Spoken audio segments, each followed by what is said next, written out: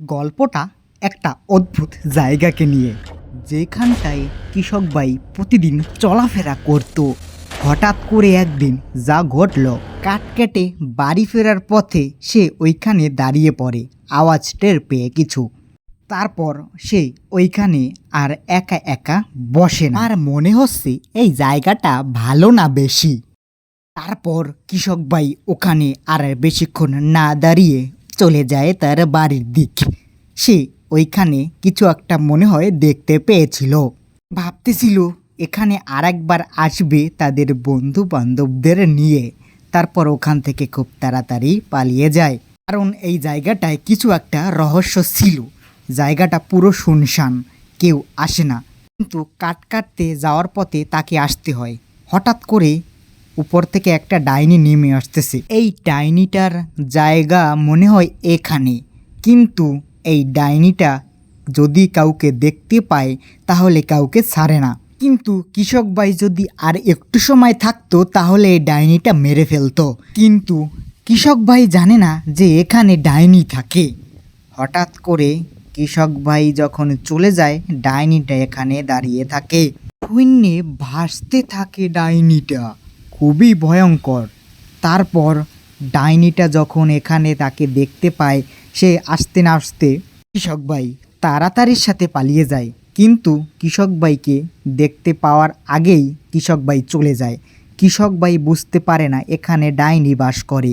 কৃষক ভাইয়ের ভাগ্য ভালো ছিল, এখন সে বেঁচে গেছে, না হলে এক তরোয়ালের কোপে মরে যেত। তার কারণে সেই ডাইনিটা আর কিছু করতে পারল না। ডাইনিটা ছিল খুবই ক্ষুধার্ত। পরদিন সকালে কৃষক ভাই পুকুরে আসে মুখ ধুতে, ওখানে একটু দাঁড়িয়ে পড়ে। কিন্তু যখন সে হেঁটে হেঁটে আসতেছিল, পিছ থেকে কেউর একটা ডাক টের পায়। তারপর দেখে তার বন্ধু তাকে ডাকতে ডাকতে আসতেছে। তারপর সে ওইখানে দাঁড়িয়ে পড়ে। তার বন্ধু ছিল খুবই ভালো এবং তারা ছোটবেলায় একসাথে পড়ালেখা করেছিল। বন্ধু, তোকে কাল থেকে পাচ্ছি না কেন?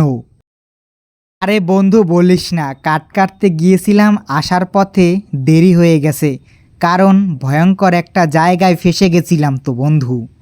কোথায় আবার ফেসে গেছিলি? জায়গাটা কোথায়? কোনো অদ্ভুত কিছু দেখেছিলিস নাকি? আরে কিছু দেখতে পাইনি, কিন্তু কিছু আওয়াজ পেয়েছি, ভাবছি আজ যাব, তুই যাবি? ঠিক আছে, তাহলে আমিও যাব। কি আছে একটু দেখে আসবো তাহলে তোর সাথে। ঠিক আছে, তাহলে তুই রেডি থাকবি, কিন্তু আমরা দুজনেই যাব।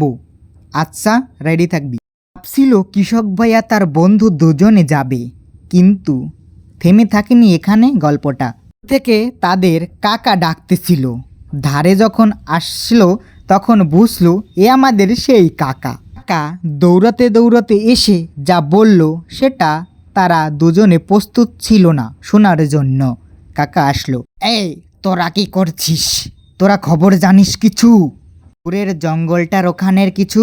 কাকা, ওখানে তো আজ যাব ভাবতেছি, আপনি আবার কি বলতেছেন? ওখানে কি হয়েছে? হ্যাঁ কাকা, কাল তো আমি এখান থেকেই আসলাম, ব্যাপারটা কি? কিছু আবার কি ঘটেছে নাকি কাকা, বলুন। আরে পরশু ওখান থেকে একটা লাশ পাওয়া গেছে, তোরা জানিস না নাকি? ভাবতেছি আজ আমরা তিনজনে দেখতে যাব, ঠিক আছে? কথাটা বলার পরে রাত্রেবেলা তারা এসে পড়ে সেই জায়গায়।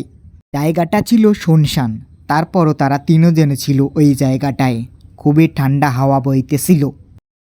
বন্ধু, কাকা, শুনছেন? কোনো আওয়াজ টের পাচ্ছেন?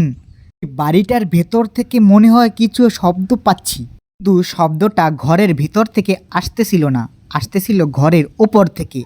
দেখতে পাই একটা ডাইনি নেমে আসতেছে। তারা ডাইনিটাকে দেখে পুরা চুপ হয়ে যায়। এরকম ডাইনি দেখেনি তারা, হাতে ছিল তরোয়াল। ডাইনিটা এখানে এসে যা করলো তা বললে গা কেঁপে ওঠে। সেটা ভাবতেই কেমন জনি লাগে। কে রে, তোরা এখানে কি করছিস? দিনকার একটা মরতে না মরতে আজ তিনটাকে পেয়েছি। একবারে ঘাড় মটকালে 1 মাস না খেলেও হবে আমার। তা বলার পর তখন ডাইনিটা তাদেরকে তরোয়াল দিয়ে তিনজনকে মেরে ফেলে। তারা কিছুই করতে পারে না, শুধু চিৎকারের সাথে পেটে ছুরিটা ঢুকিয়ে তারা মরে যায়। ডাইনিটা তারপর এদেরকে সুন্দর করে ভেজে খেয়ে ফেলে।